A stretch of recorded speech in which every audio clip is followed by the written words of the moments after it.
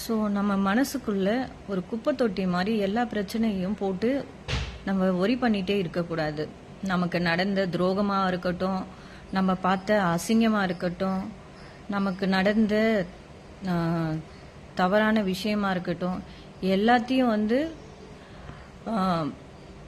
எல்லாம் நன்மைக்கே, இதுவும் கடந்து போகும் அப்படின்னு சொல்லிட்டு நம்ம நினச்சி அதை கடந்து போனாலே நமக்குள்ள மன அழுத்தமும் வாழ்க்கையை பற்றியான கவலையும் வராது. ஸோ இங்கே பாம்போடைய தன்மை என்ன?